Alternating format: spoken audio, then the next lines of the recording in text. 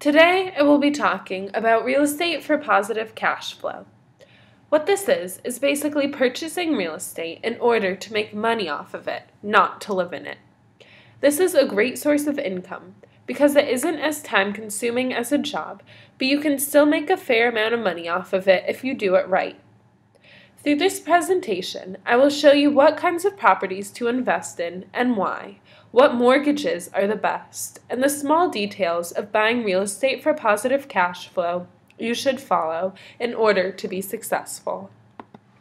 For the purpose of this presentation, I have created a profile.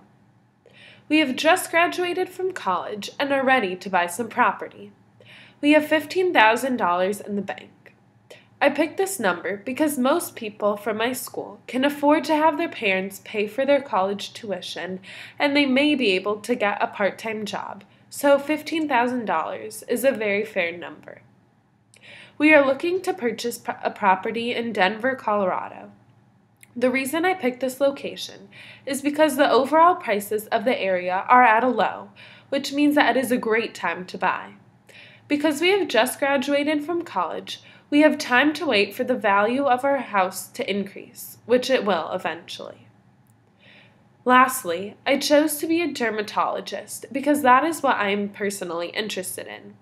They have a high starting salary of $234,000, but as you will see in the next slide, this is very different from the net income, or the money that they actually receive after taxes.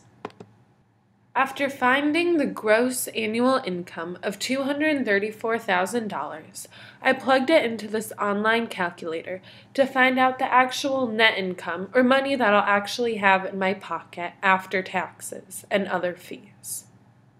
When I plugged in $234,000, I found out that I would have an estimated tax liability of over $58,000. When I subtracted $58,000 from $234,000, I got a net income of $175,949 annually.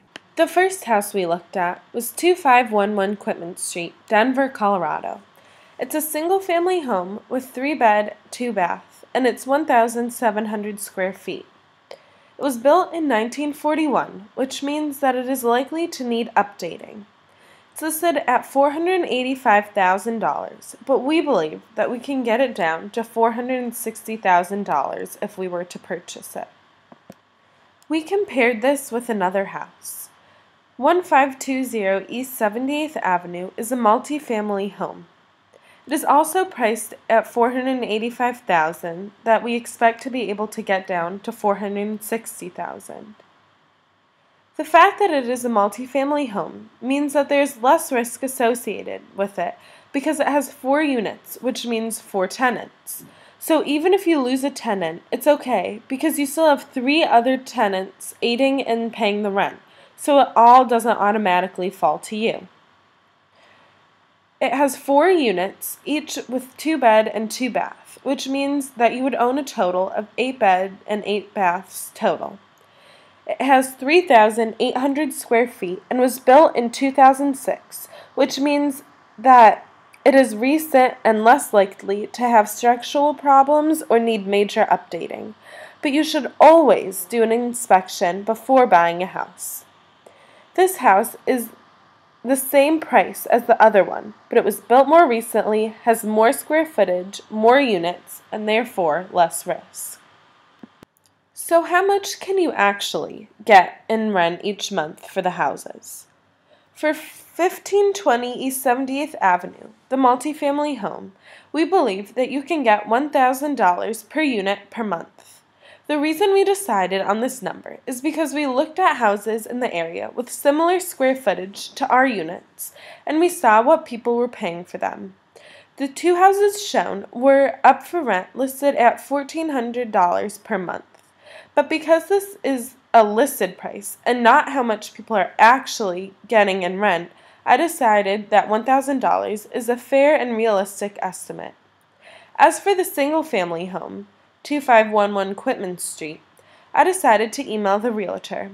He said that we could get $2,250 a month for the unit.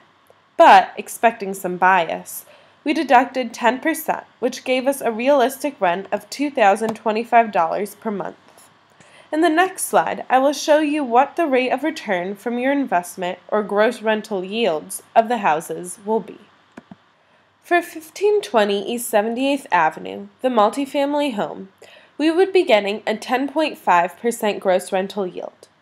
I found this number by taking the amount each tenant would pay per month, multiplying it by 12 to get how much each person would pay per year. Then I multiplied it by 4 to find out how much all of the tenants together would be paying.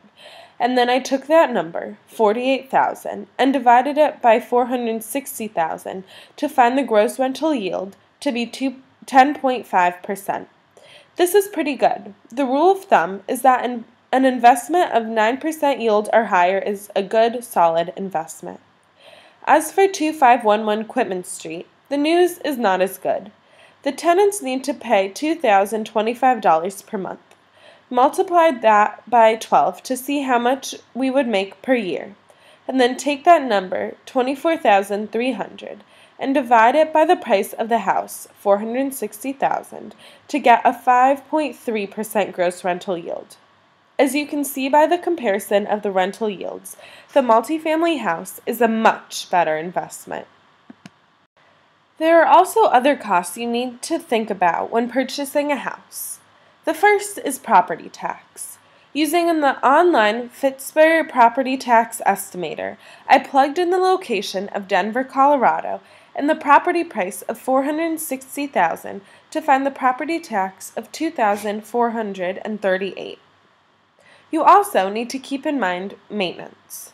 We found that on average, you should pay, according to Coldwell Banker, about 1.5 to 4%. So we picked 3% because it was in between.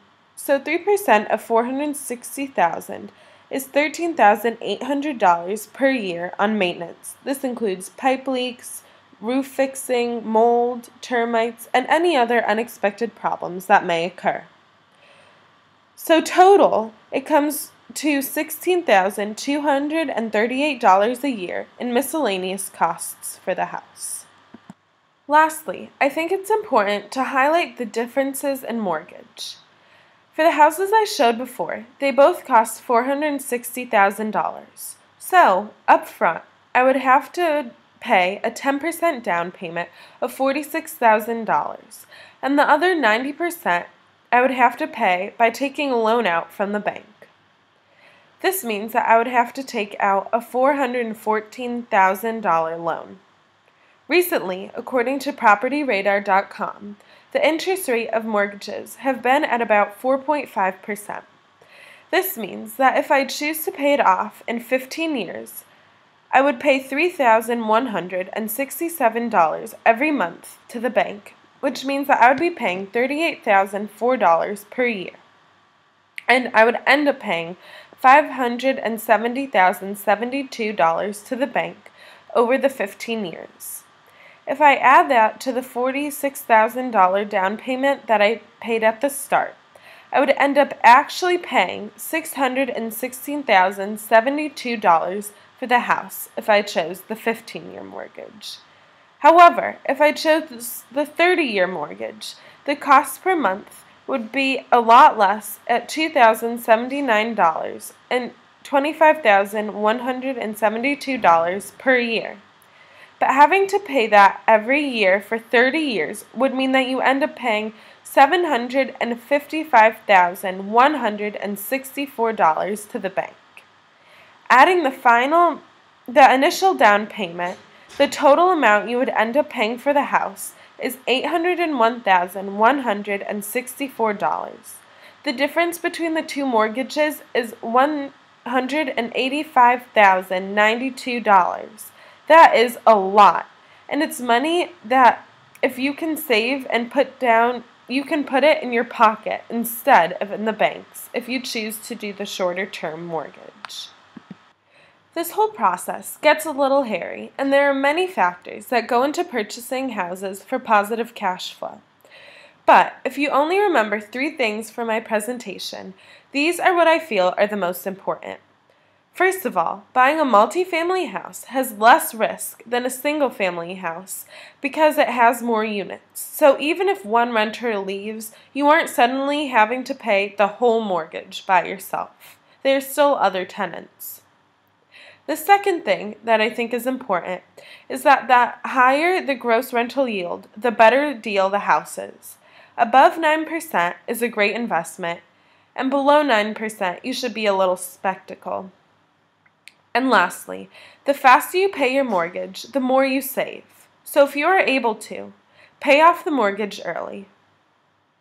I hope you enjoyed this presentation. Thank you for listening.